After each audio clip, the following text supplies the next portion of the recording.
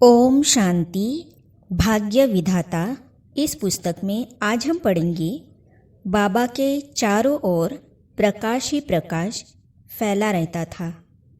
इस विषय पर ब्रह्मा कुमारी सरोज बहन जी अपने अनुभव सुनाती है। चलिए आज हम इसे पढ़ते हैं। अंबाला से ब्रह्मा कुमारी सरोज बहन जी अपना अनुभव सुनाती है कि मेरा सौभाग्य था जो अचानक समय ने करवट बदली और मैं ब्रह्मा कुमारी आश्रम पर जा पहुंची। वहाँ बड़े बड़े शब्दों में लिखा था कि परमात्मा सर्वव्यापी नहीं है। एक बार तो मेरा दिमाग चकरा गया, लेकिन जब मैं अंदर गई तो मेरी दृष्टि त्रिमूर्ति के चित्र पर अटक गई और सफ़ेद पोषधारी बाबा को देखते ही ऐसा लगा कि जो पाना था सो पा लिया। एक अलौकिक खुमारी चढ़ गई। उस समय गीत बज रहा था, तुम ही हो माता पिता तुम ही हो। गीत सुनकर आँखों से आंसुओं की धारा बहने लगी और ऐसा ही लगा कि यही मेरे माता पिता और परिवार है। उसी दिन से नित्य सेंटर पर जाने लगी और मेरी लगन भी परमात्मा से मिलने के लिए बढ़ती गई। मेरी लगन देखकर सारा समाज एक तरफ और मैं एक तरफ, लेकिन बाबा सदैव मुझे दिखाई देते थे, साथ में छोटा कृष्ण भी। ऐसा लगता था कि बाबा मेरे में शक्ति भर रहे हैं और यही मन में था कि विजय सत्य की ही होगी। कुछ भाई बहनों की पार्टी मधुबन आ रही थी। मेरी भी तीव्र इच्छा थी कि मैं भी मधुबन में बाबा से मिलने जाऊं, लेकिन बंधन बहुत होने के कारण छुट्टी नहीं मिली।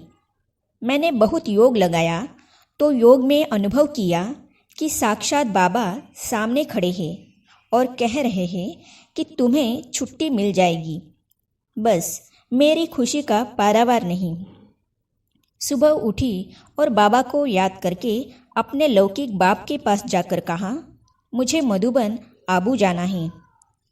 काफ़ी संघर्ष के बाद छुट्टी मिली और मैं बटाला की पार्टी के साथ मधुबन पहुंच गई। फिर हम तैयार होकर बाबा के कमरे में बाबा से मिलने गए। जब बाबा को देखा तो बाबा के चारों ओर सुनहरी प्रकाश ही प्रकाश दिखाई दिया और कुछ नज़र नहीं आता था। सारी पार्टी बाबा से मिली। फिर मेरी बारी आई। बाबा ने कहा, बच्ची माया तंग तो नहीं करती है? मैंने तुरंत बोला, बाबा माया तो तंग नहीं करती, परंतु परिवार वाले बहुत तंग करते हैं। बाबा समझ गए कि इसे 5 विकारों का ज्ञान नहीं है, लेकिन लगन और उमंग उत्साह बहुत है। बाबा कहते हैं, मैं कोई जानी जाननहार नहीं हूँ, लेकिन बाबा अपने बच्चों की जन्मपत्री जरूर जानते थे। बाबा ने मुझे नैनों से निहाल करते हुए कहा, जब आप यहाँ पहुँच गई हो तो कर्म बंधन भी समझो माखन से बाल की तरह खत्म हो जाएगा और तुम्हें पता भी नहीं पड़ेगा।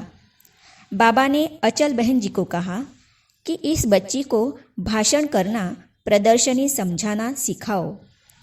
बाबा ने मुझे वरदान दिया कि तुम्हारा काम है उड़ना और उड़ाना। बड़े आश्चर्य की बात है कि मैं 21 दिसंबर 1968 को समर्पित हुई और बाबा ने 18 जनवरी 1969 को नश्वर शरीर त्याग दिया। व्यक्त से अव्यक्त हो गए। मुझे बहुत बड़ा झटका लगा कि यह क्या हो गया। भगवान का रथ ही चला गया तो अब क्या होगा? यह प्रश्न मन में बार बार घूमता रहता था और मैं दुखी हो जाती थी। जब अव्यक्त बाप दादा से मिलने मधुबन आई तो अपने प्यारे बाबा को देखना चाहती थी। मुझे निश्चय नहीं था कि बाबा अव्यक्त में हैं। गुलजार दादी में बाप दादा की पधरामणी हुई। मैं बहुत व्याकुल हो आंसू बहा रही थी। बाबा ने मुझे बुलाया और कहा, बच्ची कर्म बंधन माखन से बाल की तरह टूट गया और प्रदर्शनी समझाना भी सीख लिया। और भाषण भी करना सीख लिया। सच, एकदम साकार बाबा ने जो कहा था वही हूबहू अव्यक्त बाबा ने भी कहा।